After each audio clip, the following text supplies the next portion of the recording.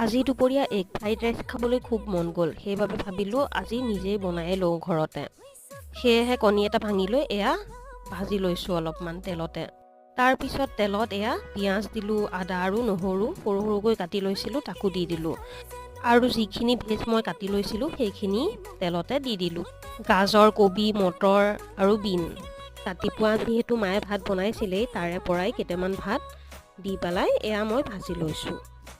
তাৰপিছত পিজ্জা খাওঁতে অহা চিলি ফ্লেক্স সেয়া আছিলে তাকে দি দিলোঁ। আৰু তাৰপিছত ব্লেক পেপাৰ অলপমানো দিলোঁ, সেইটো ভিডিঅ' স্কিপ কৰা গ'ল। তাৰপিছত ভাজি থোৱা কণীখিনি ভাতৰ লগত মানে ফ্ৰাইড ৰাইচখিনিৰ লগত মিলাই দি সোৱাদ অনুযায়ী অলপমান নিমখ দি দিলোঁ। তাৰপিছত তাতে অলপমান মই ঘিউ দিলোঁ আৰু চয়া চচ দিলোঁ আৰু টমেটো চচ অলপো দি দিলোঁ। আৰু এয়া ৰেডি, এতিয়া মই খাব পাৰোঁ। মানে খালোৱে, বহুত